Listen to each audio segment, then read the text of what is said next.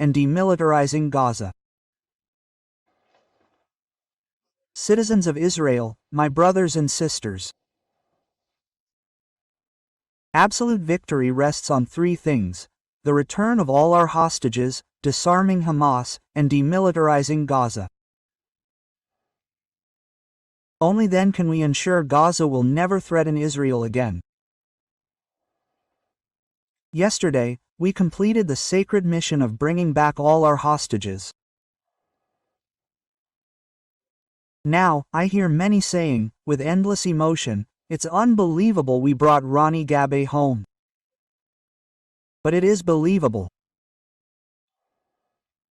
I did believe. I believed we would bring everyone back.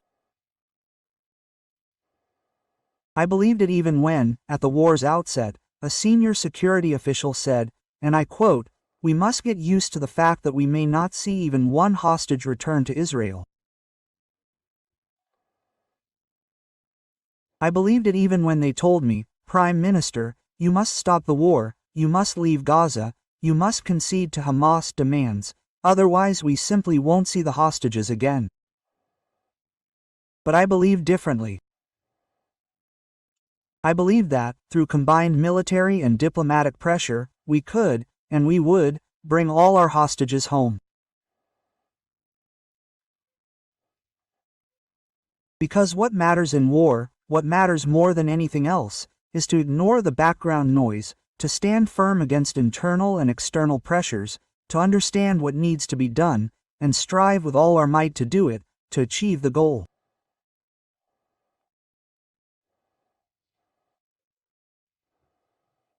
Over the past 2 years, I have met, dozens of times, with the families of the hostages, and these were heartbreaking meetings.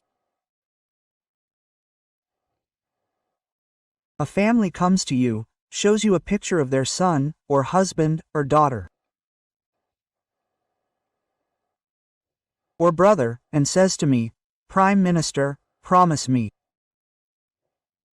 You just wait till I bring him or her back." And I look them in the eye and say, I promise. Swear. I swear. I swear I'll bring him or her back to you. And that's what we did. Thanks to the wise decisions we made, thanks to our heroic soldiers and commanders in regular army, career army, reserves, thanks to the sacrifice of the fallen, thanks to the immense courage of those wounded in body and soul, thanks to all of them, we did it. We completed the mission.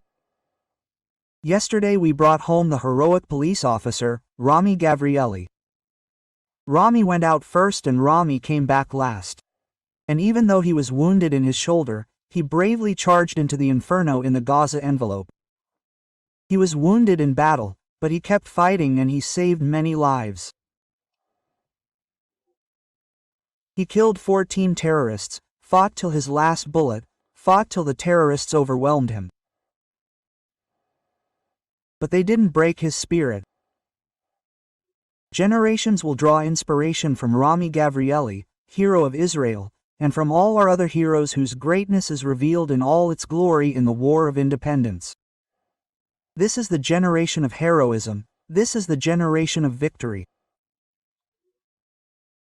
I thank my colleagues in the government for their backing and support, including Minister Ron Dermer for his important contribution to the return of the hostages, his important contribution against lies and slander about abandoning hostages. I thank the coordinator for prisoners and the missing, Gal Hirsch, who also did a wonderful job against slander and insinuations and simply breathed a different spirit as we continue to work.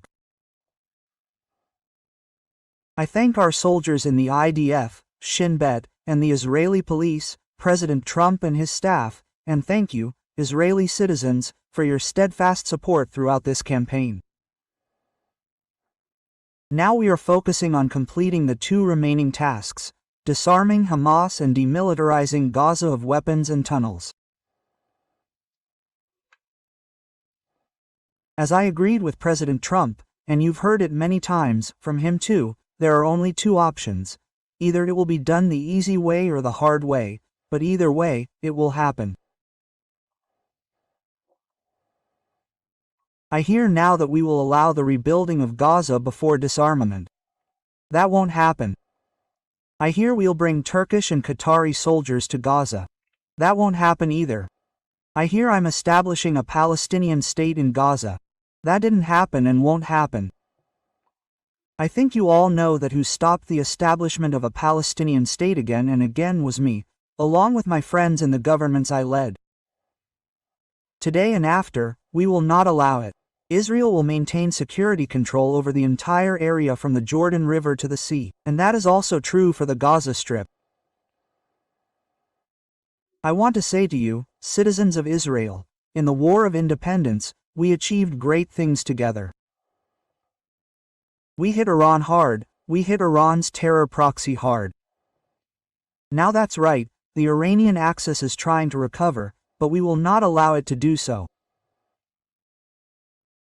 If Iran makes the grave mistake and attacks Israel, we will respond with a force Iran has never seen. And I want to say one more thing to you.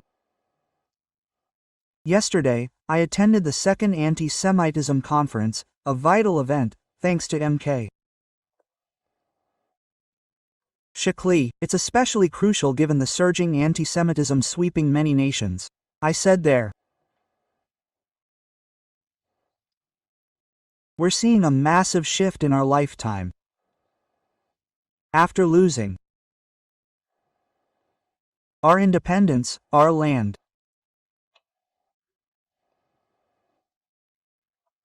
we scattered, helpless and defenseless. Unable to even complain about attacks.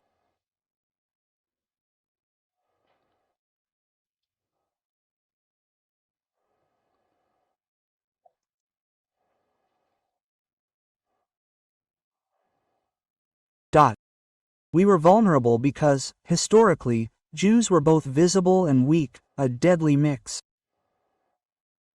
When you're prominent yet weak, you invite envy, a harsh human trait, present among both people and nations. This envy led to insults, slanders throughout generations. We were accused of poisoning wells, slaughtering children for matzah blood, spreading disease. The same.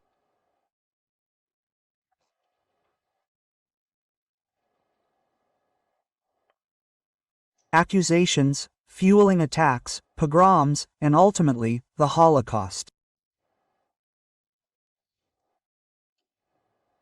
But now, here's the difference. We still see the slanders, it's the same. What they said about Jews, they now say about the Jewish state. Quote, we're child killers, genocide, so they say. But today we have a state, an army, great youth. When attacked, we fight back.